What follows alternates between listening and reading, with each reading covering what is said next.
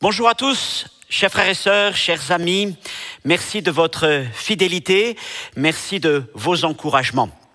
Nous sommes aujourd'hui dans le 3e message d'une série de 4 autour du thème du ministère céleste de Jésus-Christ. Dans le premier, nous avons placé le décor général, si je puis dire ainsi. Nous avons évoqué donc le ministère de grand prêtre de Jésus et commencé à aborder 3 dimensions de ce ministère. Jésus le précurseur, Jésus le médiateur, Jésus le garant. Et ce soir, nous traitons d'un point plus particulier, Jésus le médiateur. Donc après nous être arrêtés sur la notion de précurseur, nous allons un peu plus loin dans ce que nous enseigne l'épître aux Hébreux et nous allons nous arrêter quelques instants sur un verset tiré de Hébreux chapitre 8, verset 6, lisons-le si vous le voulez bien, où il est écrit « Mais maintenant, Jésus a obtenu un ministère d'autant supérieur qu'il est le médiateur d'une alliance plus excellente qui a été établie sur de meilleures promesses. Le médiateur d'une alliance plus excellente. Prions si vous le voulez bien. Seigneur, je place devant toi ce temps de méditation et je prie, Seigneur, pour que les choses que nous allons partager maintenant puissent pénétrer nos cœurs avec la grâce du Saint-Esprit. Que tu m'accordes, Seigneur, ta pensée, tes mots qui vont bien au-delà de tout ce que j'ai pu préparer, afin vraiment d'être en bénédiction pour tous ceux qui écouteront ce moment. Merci pour ta grâce, ta fidélité. Merci de nous révéler les choses éternelles, les choses célestes que tu tiens en réserve pour chacun d'entre nous, afin que nous les vivions, les pratiquions dès aujourd'hui. À toi soit toute la gloire, Seigneur. Amen. Nous parlons donc ce soir de Jésus, notre médiateur. Et nous devons tout d'abord reconnaître que ce terme de médiateur est rare en lui-même dans les Écritures. On ne le trouve pas dans l'Ancien Testament, bien qu'il soit présent à travers certains hommes qui sont utilisés comme médiateurs par le Seigneur, et 5 fois dans le Nouveau Testament. Alors, voilà quelques références rapides, notamment dans l'épître de Paul aux Galates, chapitre 3, où là, il s'agit de Moïse en tant que médiateur entre Dieu et le peuple, puis un texte bien connu sur lequel je reviendrai de 1 Timothée, chapitre 2, verset 5, Jésus-Christ, homme, médiateur entre Dieu et les hommes, le texte que nous avons lu dans Hébreux 8, 6, puis 2 autres passages encore dans les Hébreux, 9, 15, où il est écrit « C'est pour cela que Jésus est le médiateur d'une nouvelle alliance », et puis dans Hébreux 12, 24, enfin, où il est écrit que vous vous êtes approchés, etc., de Jésus qui est le médiateur d'une nouvelle alliance. Alors, avant d'aller plus loin dans ce que la Bible a à nous enseigner, arrêtons-nous un instant sur la définition d'un médiateur. Qu'est-ce qu'un médiateur ? Le médiateur, tout d'abord, est un intermédiaire de communication. Il facilite la communication et les échanges entre 2 parties. Mais il peut aussi se tenir entre 2 parties adverses qui n'ont donc aucune communication, et il est là, et son rôle est d'établir ou rétablir la communication, la paix entre ces 2 parties. Et ces 2 aspects que je viens d'évoquer sont très importants dans le ministère de Jésus et aussi dans la Nouvelle Alliance. Alors, quelle question, mais pourquoi donc des médiateurs dans la Bible ? Des médiateurs sont nécessaires en raison de l'incapacité de l'homme à s'approcher de Dieu et le servir comme il lui plaît. Maintenant, j'aimerais que nous commencions par revenir à l'essence même du projet de Dieu à l'égard de son peuple. Avant de parler du peuple de l'Église, parlons d'abord du peuple d'Israël. Après avoir conduit Israël hors de l'Égypte, le Seigneur, nous le savons, l'amène jusqu'à la montagne de Horeb. Là, il lui donne ses lois, il l'enseigne sur la manière de servir et il montre ensuite à Moïse le tabernacle que le peuple doit construire pour accueillir la présence du Seigneur. Mais c'est aussi à ce moment que Dieu révèle à Moïse son projet merveilleux. Nous trouvons ça dans Exode 19, verset 6, où il est écrit « Vous serez pour moi un royaume de sacrificateurs et une nation sainte.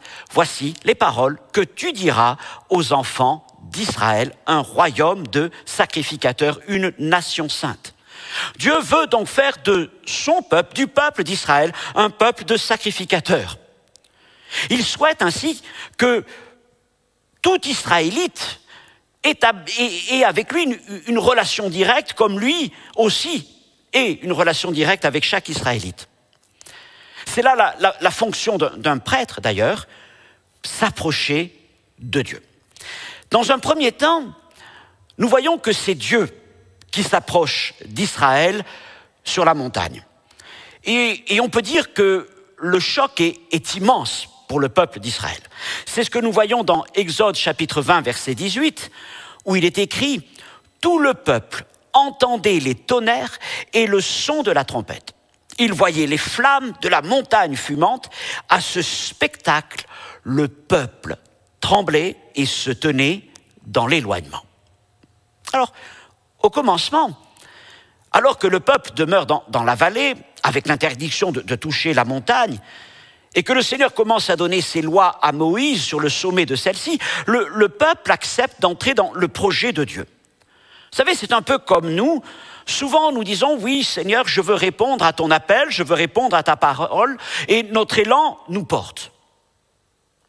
Mais, concernant Israël, devant la gloire et la puissance de Dieu, se manifestant dans le tonnerre, etc., la trompette sur la montagne, rapidement, Israël change d'avis et préfère se tenir dans l'éloignement au lieu de s'approcher de lui.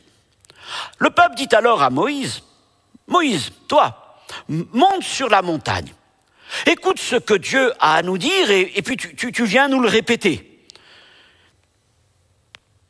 Parce que, à cet instant, Israël réalise pleinement que la parole du Seigneur, quand il disait « Tu seras un royaume de sacrificateurs et une nation sainte », si exercer la prêtrise est un privilège, s'approcher de Dieu, c'est aussi une grande responsabilité parce que nous nous approchons de celui qui est saint. Et il n'est pas possible de vivre dans le compromis lorsqu'on s'approche ainsi du Seigneur. Et c'est ainsi que le peuple bat en retraite et demande donc à Dieu et de lui donner un médiateur, et en quelque sorte il le trouve en Moïse, et Moïse sera leur médiateur auprès de Dieu. Il va se tenir entre le peuple et Dieu, entre Dieu et le peuple, et vous trouvez tout ceci dans Exode chapitre 20. Alors, pour se couvrir en quelque sorte et pour se justifier, le peuple invoque la crainte de Dieu. Il veut honorer la sainteté, la majesté de Dieu, l'air de dire, oui, mais nous ne sommes pas dignes de nous approcher de Dieu. Ça, c'est le discours. Mais des raisons plus profondes ne tardent pas à se manifester. Et nous trouvons la suite dans Exode chapitre 32, verset 6. Et notez bien, le lendemain, ça n'a pas mis très longtemps donc à se manifester. Le lendemain, ils se levèrent de bon matin et ils offrirent des holocaustes et des sacrifices d'action de grâce. Et le peuple s'assit pour manger et pour boire, puis ils se levèrent pour se divertir. Il est évidemment plus facile de s'approcher et d'adorer une idole muette en fixant ses propres règles et la manière d'offrir le culte que de servir le Dieu vivant, vrai, saint et plein de justice. Maintenant, ce qui est vrai pour Israël l'est-il pour nous aussi? Sans aller jusqu'à l'extrémité de la fausse adoration, du veau d'or, prenons garde de dire « Seigneur, j'aimerais bien te servir de plus près, mais n'est-il pas préférable que le pasteur, les anciens montent vers toi, tandis que moi, je reste ici dans la vallée, j'ai tellement de choses à faire, ma vie est tellement prenante, eux, ils ont du temps, ils ont de l'expérience, qu'ils montent sur la montagne de Dieu. » Et c'est parfois un comportement que nous retrouvons dans l'Église. J'appelle ceci « rester dans le périmètre du salut ». Il ne s'agit, voyez-vous, de ne pas trop s'éloigner pour ne pas risquer de mettre en cause son salut, mais en même temps conscient que s'approcher plus de Dieu, c'est être confronté à sa sainteté, eh bien les ardeurs se tempèrent. Quant au peuple, il ne veut pas s'approcher du Dieu vivant, vrai et saint, mais déjà dans son cœur, il convoite une idole muette pour se divertir. Et la réponse de Dieu, vous connaissez l'histoire, ne tarde pas. Elle va d'abord se manifester par un jugement et 3000 hommes vont périr. Et elle va être marquée aussi par une séparation. Puisque le peuple demande des intermédiaires, Dieu leur en donne. Il consacre une tribu, celle des Lévites, pour le service de sa maison. Et c'est ainsi que le Seigneur établit des intermédiaires, avec une fonction de médiation. Les Lévites et les sacrificateurs servent la maison de Dieu, servent dans le tabernacle. Pour le reste du peuple, interdiction formelle de s'approcher du Seigneur. En ce temps, dans ce premier temps, c'est plus particulièrement Moïse que Dieu établit comme médiateur. Et d'ailleurs, il est doublement médiateur. Il est médiateur des hommes vers Dieu, il monte sur la montagne, il se tient sur la montagne devant Dieu en faveur du peuple, et on peut dire qu'il est sacrificateur de Dieu pour le peuple, et il va même intercéder pour le salut du peuple, alors que Dieu est prêt à manifester sa colère à l'égard du peuple. Et il est aussi médiateur de Dieu vers les hommes. Il est le porte-parole de Dieu vers le peuple d'Israël. En cela, il est un prophète. Moïse est donc médiateur, sacrificateur des hommes vers Dieu et médiateur prophète de Dieu vers les hommes. Il se tient entre le peuple et le Seigneur. Alors, je l'ai dit, ce n'était pas le projet initial et glorieux de Dieu. Il ne désirait pas qu'un homme ou une tribu soit spécifiquement établi dans une fonction de médiation. Il voulait que tous les Israélites soient sacrificateurs et même prophètes. Il est dit qu'il considérait le peuple comme son premier-né. Mais à cause de l'incrédulité du peuple, il y a eu comme un délai. L'Épître aux Hébreux parle alors d'un jour de réformation, en vue de donner aux croyants un accès direct au trône de Dieu. Et bien sûr, c'est en la mort et la résurrection de Jésus que ceci s'accomplit. Car en Jésus, les obstacles nous éloignant de Dieu sont levés les uns après les autres. Nous l'avons vu dans le message sur le précurseur. Ainsi, en lui, à travers ce précurseur, nous pouvons entrer dans la présence de Dieu. Et maintenant, nous pouvons même nous approcher de lui sans crainte parce qu'il est aussi notre médiateur. Jésus, nous l'affirmons, est le médiateur parfait. Bien plus que Moïse, bien plus que tous ceux qui l'ont précédé, qu'ils soient sacrificateurs, prophètes ou rois, Jésus est le véritable médiateur. Un médiateur étant un intermédiaire entre les intérêts de deux parties, il était indispensable que Christ soit vraiment et pleinement Dieu et vraiment et pleinement homme, afin de bien comprendre les deux parties. Évoquant Christ notre médiateur dans 1 Timothée chapitre 2 verset 5, Paul met l'accent notamment sur son humanité. C'est là qu'il y a ce très beau verset, car il y a un seul Dieu et aussi un seul médiateur entre Dieu et les hommes, Jésus-Christ, homme. L'Épître aux Hébreux revient elle aussi sur cette question et elle affirme que Christ est venu en aide à la postérité d'Abraham, Hébreux chapitre 2 versets 17 à 18, et pour cela il a dû être rendu semblable en toutes choses à ses frères afin qu'il fût un souverain sacrificateur miséricordieux et fidèle dans le service de Dieu pour faire l'expiation des péchés du peuple, car ayant été tenté lui-même dans ce qu'il a souffert, il peut secourir ceux qui sont tentés. Nous avons là, dans ce verset, deux adjectifs, miséricordieux, qui nous rappellent que nous avons dans le ciel un grand prêtre qui compatit à nos faiblesses, qui comprend nos faiblesses, mais nous avons aussi un souverain sacrificateur fidèle, dans le sens qu'il a apporté à Dieu l'obéissance parfaite que le Seigneur attendait de lui pour que nous soyons réconciliés avec lui. Ainsi, dans la nouvelle alliance, Dieu n'a pas prévu d'établir d'autres intermédiaires humains que Jésus-Christ entre Dieu, lui et les hommes. Nous n'avons donc besoin d'aucun prêtre, avec des sacrements pour nous approcher de Dieu. Ni de pasteurs, ni d'apôtres, ni de prophètes. Ce n'est pas là leur rôle. Et j'aime résumer cette pensée en disant ceci. Si entre nous et Dieu, il n'y a que Jésus-Christ, homme, entre nous et Jésus-Christ, homme, il n'y a personne. Jésus-Christ est aussi le médiateur du salut. Il y a un seul chemin, Jean 14, verset 6, un seul rédempteur, un unique médiateur pour nous réconcilier avec Dieu.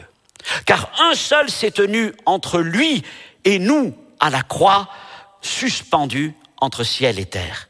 Un seul était parfaitement juste devant lui pour tenir ce rôle. Un seul a versé son sang pour rapprocher les deux parties et même les réconcilier. Et nous ne connaissons pas de co-rédempteur ni de co-rédemptrice. Il n'y a que Jésus seul. Il n'y a de salut qu'en Jésus seul. Ainsi, Jésus a débuté son ministère de médiateur à la croix. Je vous rappelle qu'ayant parlé du ministère de grand prêtre, de souverain sacrificateur, je vous avais dit qu'il commença ce ministère, cet office, lorsqu'il fut monté vers le Père, cette prière de Jean 17 que nous appelons la prière sacerdotale. Eh bien, c'est aussi quelques heures plus tard qu'il commença cet aspect de son ministère de grand prêtre, celui de médiateur, en donnant sa vie pour nous, pour notre salut, pour notre réconciliation avec le Père à la croix de Golgotha. Jésus est donc notre médiateur sur la terre. Mais il est aussi notre médiateur auprès de Dieu. Car la médiation de Jésus ne s'arrête ni à la croix, ni au salut. Jésus est aussi notre médiateur auprès de Dieu. Il est appelé notre avocat auprès du Père. 1 Jean chapitre 2, verset 1er. Et si quelqu'un a péché, nous avons un avocat auprès du Père, Jésus-Christ le juste. Laissez-moi vous dire que dans ce verset, lorsqu'il est question de ce nous, il ne s'agit pas d'un nous universel, là, de l'humanité tout entière, mais il s'agit des enfants de Dieu. La lettre, la première épître de Jean, est adressée au peuple de l'Église, ceux qu'il appelle ses petits-enfants, ses bien-aimés, c'est nous. Et c'est à nous qu'il dit que nous avons auprès du Père un avocat, Jésus-Christ, qui plaide en notre faveur lorsque nous péchons et que nous nous repentons devant notre Seigneur en confessant nos péchés. Ainsi, nous avons donc en Jésus cette double médiation, une médiation sur la terre à la croix qui consiste à offrir sa vie pour le pardon de nos péchés et nous donner la vie nouvelle, et une médiation auprès du Père qui a pour but de nous garder dans cette réconciliation avec le Père. Alors, nous pouvons dire maintenant quelques points plus en détail concernant cette médiation céleste. Jésus est donc le médiateur qui apaise Dieu à l'égard de nos péchés des chrétiens. Et là, nous pouvons dire qu'il est le médiateur avocat. Ce qui veut dire que lorsque nous péchons, Dieu ne nous expulse pas de sa présence. Il ne nous renvoie pas. Il ne gomme pas notre nom ou ne le biffe pas, notre nom du registre des élus. Mais il y a devant lui un avocat, le plus grand des avocats, et en plus totalement gratuit, Jésus-Christ, qui plaide pour nous avec efficacité. Deuxième point, Jésus est aussi le médiateur qui intercède pour nous, le médiateur intercesseur. Et c'est là qu'il soutient nos prières, les prières que nous présentons à Dieu notre Père en son nom. Vous connaissez bien ces versets de Jean chapitre 14, verset 13, où Jésus dit « Tout ce que vous demanderez en mon nom, je le ferai, afin que le Père soit glorifié dans le Fils. Et si vous demandez quelque chose en mon nom, je le ferai. » Ou encore Jean 16, verset 23, « En vérité, je vous le dis, ce que vous demanderez au Père, il vous le donnera en mon nom. Jusqu'à présent, vous n'avez rien demandé en mon nom, demandez et vous recevrez afin que votre joie soit parfaite. Voilà donc le médiateur avocat, le médiateur intercesseur qui prie pour nous dans le ciel. Et puis, dernier aspect, le médiateur réconciliateur, celui qui rapproche. Alors nous avons déjà dit que Jésus est venu pour lever tous les obstacles nous empêchant d'approcher de Dieu. Et il l'a ouvert pour nous, tracé un chemin qui nous conduit jusqu'au trône de Dieu. C'est son ministère de précurseur en qui nous avons ce libre accès à la présence de Dieu. Eh bien, ça ne s'arrête pas là, car Jésus nous presse. Il nous presse de ne pas simplement rester sur le seuil de la porte, l'entrée du royaume des cieux, mais il nous presse à avancer, à aller plus loin, à nous approcher toujours plus de Dieu. Autrement dit, il nous invite à ne pas faire comme le peuple d'Israël qui préférait rester dans l'éloignement à cause de la sainteté de Dieu, mais il nous invite à nous approcher au plus près de notre Seigneur. C'est ce que dit ce beau texte de l'Épître aux Hébreux, chapitre 10, versets 21-22. Puisque nous avons un souverain sacrificateur établi sur la maison de Dieu, approchons-nous avec un cœur sincère, dans la plénitude de la foi, les cœurs purifiés d'une mauvaise conscience et le corps lavé d'une eau pure. Alléluia. Le Seigneur nous invite à nous approcher, à aller toujours plus près de la présence de notre Dieu. Et donc, pour résumer ce que nous avons vu dans ces deux premiers aspects, dimensions du ministère de souverain sacrificateur de Jésus, nous voyons que Jésus, en tant que grand prêtre précurseur, nous permet d'entrer dans la présence de Dieu librement, avec assurance. Et en tant que grand prêtre médiateur, il nous permet d'approcher de notre Dieu. Mes frères et sœurs, le temps où nous étions séparés de Dieu, sans possibilité de nous approcher de lui, est donc révolu en Jésus. En lui, nous avons le parfait médiateur qui nous permet de nous approcher librement de Dieu et d'exercer notre office sacerdotal. Oui, l'Église est un royaume de prêtres. Ne restons pas en arrière. Ne nous trouvons pas des excuses, des raisons qui souvent cachent des motivations beaucoup moins avouables, dirons-nous comme ça. Parfois l'incrédulité, le compromis, le manque de passion. Mais mes frères et sœurs, usons plutôt de ce que Christ a acquis pour nous. Et ne laissons pas d'autres monter vers Dieu à notre place. Et ne soyons pas, comme Israël, effrayés par la présence de Dieu. Mais avançons en pleine lumière. Ne restons pas dans la pénombre. Ne restons pas au pied de la montagne. Quand le Seigneur nous dit, approchons-nous de la montagne sainte. Non pas de la montagne d'Horeb, mais de la montagne de la Nouvelle Jérusalem. Et là, mes frères et sœurs, commençons à vivre une vie de passion pour notre Dieu, une vie d'engagement, une vie de dévotion. Et je peux vous dire que non seulement par son esprit, le Seigneur vous permettra de vivre vraiment la présence du ciel, mais c'est le ciel lui-même qui viendra dans votre vie et apportera à votre vie une dimension spirituelle, surnaturelle que vous n'imaginez pas tant que vous ne l'avez pas vécu. Mes frères et sœurs, tout ceci est à nous. Ne passons pas à côté de cela. Ne nous contentons pas de peu, d'une petite vie chrétienne assez chétive et misérable, quand Jésus-Christ nous dit « Approchons-nous du trône de Dieu ». Oh mes frères et sœurs, commencez à vivre cela si vous ne le savez pas, et vous verrez toute la différence. Alléluia. Seigneur mon Dieu, mon Père, merci de nous permettre de considérer ces choses et de réaliser tout ce qu'il y avait dans ton cœur de toute éternité concernant ton peuple, que ce soit Israël, que ce soit l'Église. Tu ne veux pas, Seigneur, que nous restions dans la pénombre, que tu ne veux pas que nous restions en bas dans la vallée, mais tu as tout fait depuis le début pour que nous puissions nous approcher librement de toi. Seigneur, tu nous as donné, alors que nous étions dans l'incrédulité, dans le péché, le plus grand des médiateurs, Jésus-Christ homme, par qui nous pouvons, Seigneur, non seulement entrer dans ta présence, purifiés de nos péchés, renouvelés par la vie nouvelle, mais par qui nous pouvons aussi, et en qui nous pouvons nous approcher de toi.